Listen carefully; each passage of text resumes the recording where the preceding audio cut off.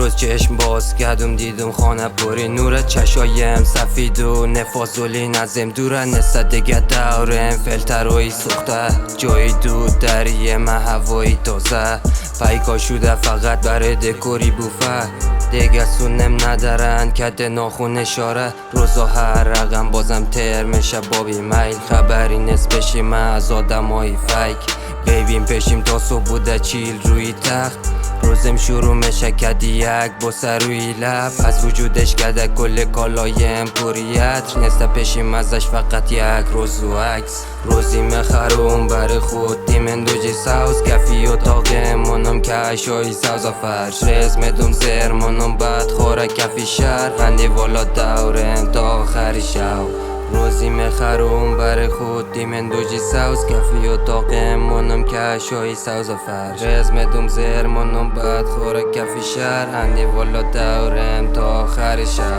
ایستای پدریم خالی از پینه، نمیره از سری کار ساپوری کش، جای هاسپیتال میرفتیم در سفر، سلامتیش برگشته بود در روزای قبل، لالایم در سختی ها کووری پشتم بوده، دقابی عکس نه حضورش پیشیم بوده، دموتر کده بودیم کفی سر کار پاره، در طرف سعی کنی پوری اندی واله، هرچند جبری جغرافیا دور کده براری، من سلامتی شهر جای زیر سقفی آسیمانه، هرچند 21 سال تر میشه کدی درد، ولی بازم امید دارم در روزایی بعد، یک روزایی بعد رقم بوده عالم بد، تمایلی نبود برای گل کردن شمی کک، یکی سرطان آمد بدونی سالگیره، ولی در آخر بازم میگم تولد مبارک.